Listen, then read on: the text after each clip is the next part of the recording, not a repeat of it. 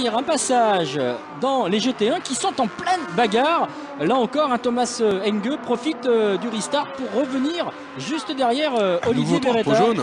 Ah, un nouveau drapeau jaune. Que se passe-t-il? On rappelle quand même les infos. Oh, Rinaldo Capello. Mais j'allais vous dire qu'on allait rappeler qu'ils avaient changé de pneu. Il est sorti. Mais il est sorti. Oh là là. Incroyable.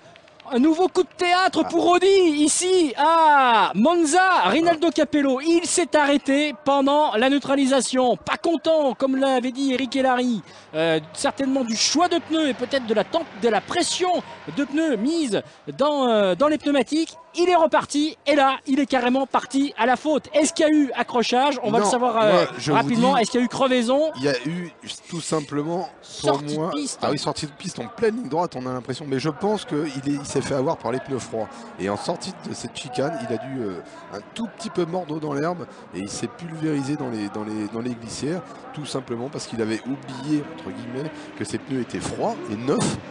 Et il s'est tout simplement fait surprendre. Et là, c'est pour, je peux vous l'annoncer d'ores et déjà, c'est la fin d'une possible victoire Audi sur cette course de Monza. En tout cas pour cette Audi, qui était la seule bien placée. Là, je peux vous assurer qu'il y en a. Si on repart, c'est pas avant une demi-heure, 3/4 d'heure. Et encore en ayant tout de près dans les stands. Eric, on rappelle quand même que l'Audi numéro 2 est parti depuis la voie des stands pour avoir rencontré des problèmes au moment de la mise en grille. Et là, on va voir ce qui s'est passé. On va voir ça. Bien vu, Eric. Ah non, il s'est fait accrocher. Oula, la voiture qui part en 2 roues, pratiquement en tonneau. Alors, c'est une énorme sortie de route.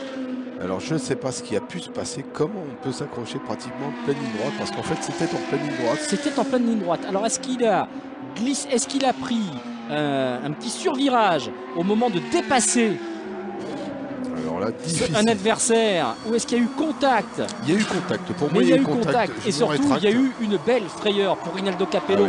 On rappelle sa frayeur également au Mans l'année dernière où il avait manqué s'envoler également avec l'explosion d'un pneu. Et là cette fois-ci il y a peut-être eu contact, mais avec cette caméra embarquée on a eu peur pour lui, on a eu peur avec lui.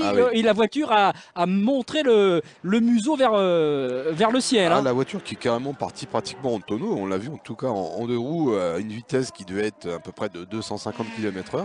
Je peux vous assurer que quand on est dans l'auto, on n'a pas peur parce qu'on ne se rend pas du tout compte de ce qui se passe. Par contre, c'est dommage qu'on n'ait pas des images extérieures à cet accident, bon, parce que là, ça devait être très impressionnant. On va peut-être nous retrouver ça. Alors